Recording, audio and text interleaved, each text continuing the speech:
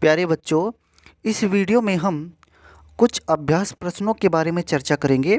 ये महत्वपूर्ण अभ्यास प्रश्न आपको हल तो स्वयं ही करने हैं, लेकिन आपको ये करने कैसे हैं, इसके बारे में हम आपसे कुछ जानकारी साझा करेंगे। बात करते हैं सबसे पहले प्रश्न की। हमारा सबसे पहला प्रश्न है, दो संख्याओं का गुणनफल 4250 है।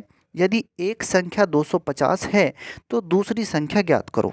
तो प्यारे बच्चों, इस तरह का जो सवाल आएगा, अगर उसमें संख्याओं का गुणनफल दे रखा हो और एक संख्या दे रखी हो और आपसे दूसरी संख्या पूछी जाए, तो आपको करना क्या है, जो एक संख्या दे रखी है उससे और जो गुणनफल दे रखा है उसको भाग कर देंगे। यानी कि इस पहले सवाल में आप 250 से 4250 को भाग करेंगे और आपका उत्तर आ जाएगा।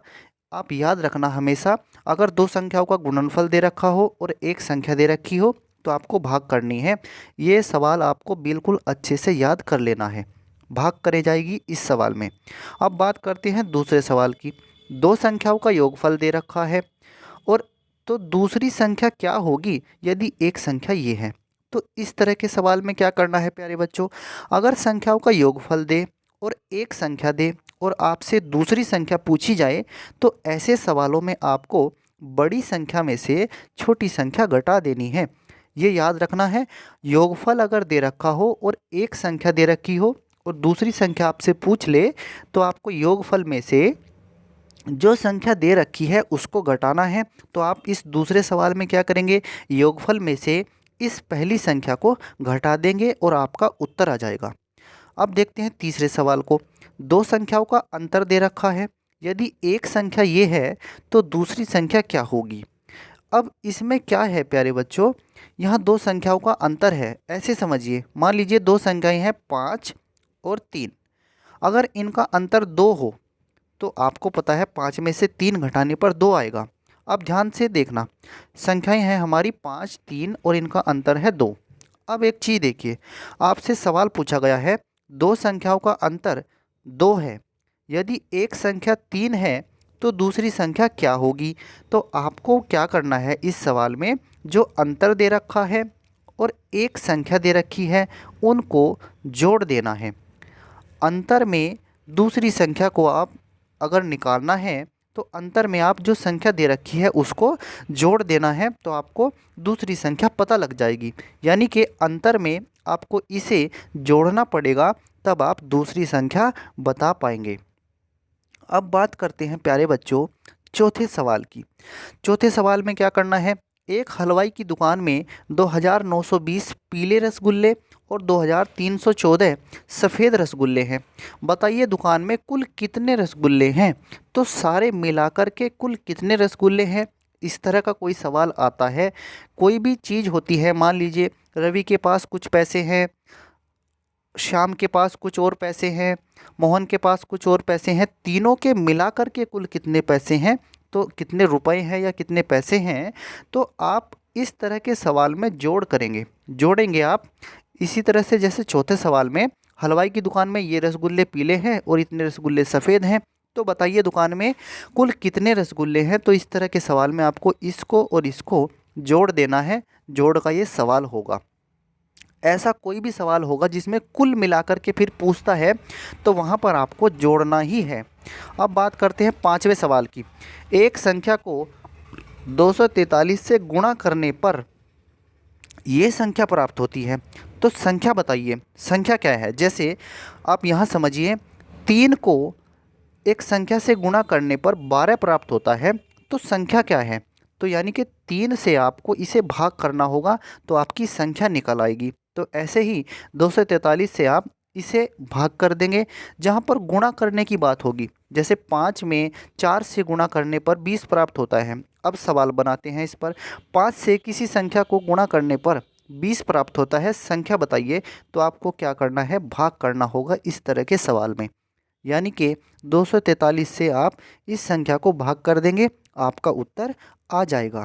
अब देखते हैं छठे सवाल को। एक संख्या को 25 से भाग करने पर 462 प्राप्त होता है, संख्या बताइए। कोई संख्या है, मान लीजिए एक संख्या को 6 से भाग करने पर 12 प्राप्त होता है।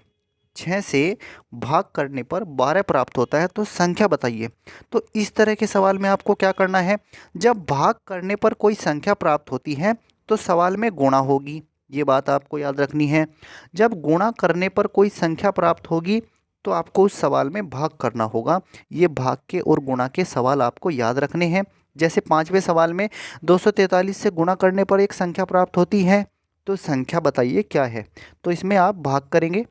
और इसी तरह से अगर आप छठे सवाल की बात करें तो एक संख्या को 25 से भाग करने पर यह संख्या प्राप्त होती है, तो संख्या बताइए। तो आप इसमें गुणा कर देंगे 25 की 462 से। अब देखते हैं 7वें सवाल को। 5 अंकों की बड़ी से बड़ी संख्या क्या होगी जो 4, 8 और 12 से पूर्णतः विभाजित हो। अब इस तरह के सवालों में प्यारे बच्चों आपको याद रखना है, जब ये संख्याएं दे देता है 4 से, 8 से और 12 से पूर्णतः विभाजित हो, तो अगर ऐसा सवाल आता है तो यहाँ पर कुछ संख्याएं दे रखी होती हैं, तो सबसे पहले तो आपको इनका लहसे निकालना है। 4 का, 8 का और 12 का, इस तरह से कोई भी संख्या हो सकती है, उनका आपको लहसे निकालना है इस सवाल में। लहसे निकालने के बाद आप 5 अंकों की बड़ी से बड़ी संख्या लिखेंगे। 5 अंकों की बड़ी से बड़ी संख्या 9, 9 को आप 5 बार लिखेंगे। और जो आपका लहसे आया है उस लहसे से आप इस संख्या को भाग करेंगे। इस लहसे से जब आप भाग कर देंगे तो जो आपका शेष बचेगा, उस शेष को आप इस संख्या में से घटा देंगे। घटाने के बाद आपका जो बचेगा वही उत्तर होगा। 5 अंकों की बड़ी से बड़ी संख्या क्या होगी जो 4, 8 और 12 से पूर्णतः विभाजित हो। सबसे पहले तो आपको 4 का, 8 का और 12 का लहसा निकालना है, फिर 5 अंकों की बड़ी से बड़ी संख्या लिखनी है, फिर उस संख्या को लहसे से भाग करना है। भाग करने के बाद जो शेष बचेगा, उस शेष को आप 5 अंकों की बड़ी से बड़ी संख्या में से घटा देंगे, आपका उत्तर आ जाएगा। अब बात करते हैं प्यारे बच्चों 8वें सवाल की। इस सवाल में क्या करना है, 1 से लेकर 200 तक ऐसी कितनी संख्याएं हैं जो 3 और 5 दोनों से विभाजित हों। आपको याद रखना है, अगर कोई संख्या 3 से भी कटती है, 5 से भी कटती है, तो वो 15 से भी ज़रूर कटेगी। ऐसे ही कोई संख्या 2 से कटती है, 7 से कटती है, तो इनकी गुणा करके 14, तो वो 14 से भी ज़रूर कटेगी। ये बात आपको याद रखनी है। अगर कोई संख्या 5 से कटती है, 7 से कटती है, तो इनकी गुणा करिए 35, तो वो संख्या 35 से भी ज़रूर कटेगी। ये बात आपको याद रखनी है। अब 8वें सवाल में करना क्या है, 1 से लेकर 200 तक की ऐसी कितनी संख्याएं हैं जो 3 और 5 दोनों से विभाजित होती हैं। यानी कि 3 और 5 का मतलब 15 से विभाजित होती हैं। तो आपको क्या करना है, 15 का पहाड़ा लिखना है। कहाँ तक, 200 तक। 200 तक यानी 200 से नीचे या 200 से ऊपर नहीं जाना है, बस 15 का पहाड़ा आप बनाते जाइए। आप 15 का पहाड़ा जब आप लिखना शुरू करेंगे तो आप 15 ढाई 150 के बाद कहेंगे कि पहाड़ा ख़त्म हो गया है। ये ख़त्म नहीं हुआ है, आप इसको आगे बढ़ाइए। 150 में फिर 15 जोड़िए, 165 आ जाएगा। फिर 15 जोड़िए, फिर कितना आ जाएगा, 180 आ जाएगा। फिर 15 जोड़िए, 195 आ जाएगा। तो इसके बाद फिर 15 जोड़ेंगे तो ये 200 से ऊपर चला जाएगा, यानी कि 195 तक आप संख्याएं लिख देंगे 15 से लेकर के। फिर आप इन संख्याओं को गिन लेंगे। गिनने के बाद आप देखेंगे कि ये संख्याएं कितनी हैं, तो वही आपका उत्तर होगा। बस आपको गिन कर बताना है फिर ये संख्याएं कितनी हैं। आपको सवालों को ध्यान से समझना है। 1 से लेकर 200 तक बतानी है, तो 3 और 5 दोनों से कट जाएँ वो संख्याएँ, तो यानी कि 15 से कटेंगी वो संख्याएँ जब 3 से और 5 से कटती हैं। तो 15 का ही पहाड़ा बनाना है आपको। कहाँ तक, 200 से नीचे तक बनाना है इस सवाल में। ऐसे ही आप देखिए 9वां सवाल, 100 से लेकर 200 के बीच ऐसी कितनी संख्याएं हैं जो 5 और 7 दोनों से विभाजित होती हैं। जो 5 और 7 से दोनों से विभाजित होगी, इसका मतलब वो 35 से भी विभाजित होगी। तो आपको 35 का पहाड़ा कहाँ से बनाना शुरू करना है, 100 से आगे रहनी चाहिए संख्या आपकी। यानी कि आप जो इसका पहाड़ा बनाएंगे 35 का, वो वहाँ से बनाना शुरू करेंगे कि आपकी संख्या 100 से तो आगे रहेगी और 200 से पीछे रहेंगी। तो ऐसे आप 35 का पहाड़ा बना लीजिए। तो फिर आप उन संख्याओं को गिन लीजिए, गिनकर आपका उत्तर आ जाएगा। 35 की आप जैसे 35 की आप 2 से गुणा करेंगे तो 70 आएगा, 70 से तो नहीं चलेगा।